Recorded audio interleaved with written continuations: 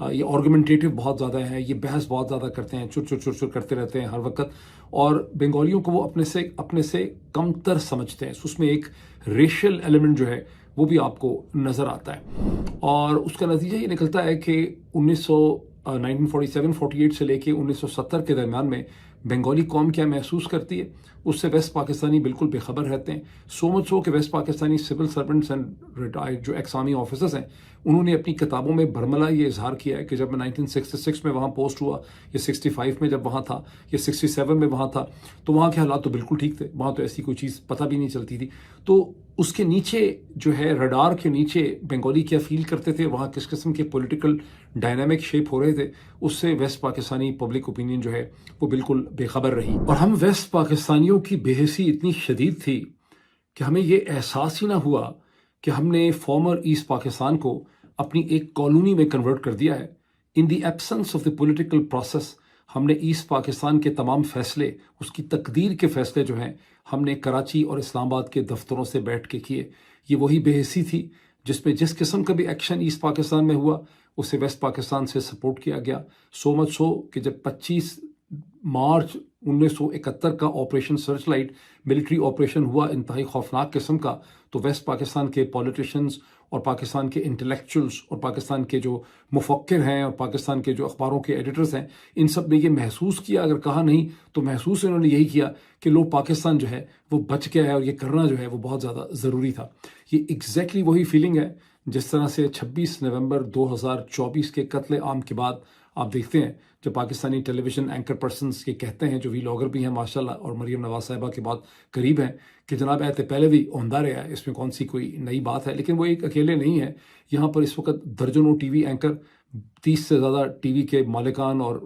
Media tycoon ہیں, business man ہیں, کراچی, فیصل آباد, لاہور, سیالکوٹ, سنبڑیال کے, جو سارے کے سارے پروسیس کی تائید کر رہے ہیں, اور وہ سمجھتے ہیں کہ پاکستان تحریک انصاف اور جو لوگ اسلام آباد میں آئے تھے یہ ایک فتنہ تھے, اور فتنے کا سر جو ہے وہ کچل دینا چاہیے. اب اور بھی بہت سی چیزیں ہیں میرے پاس 1971 کے حوالے سے, لیکن یہ بات لمبی ہو رہی ہے, پھر ان کا ذکر کروں گا اگلے ویلاگ کے اندر, اور کرتا رہوں گا 31 دسمبر تک. Thank you.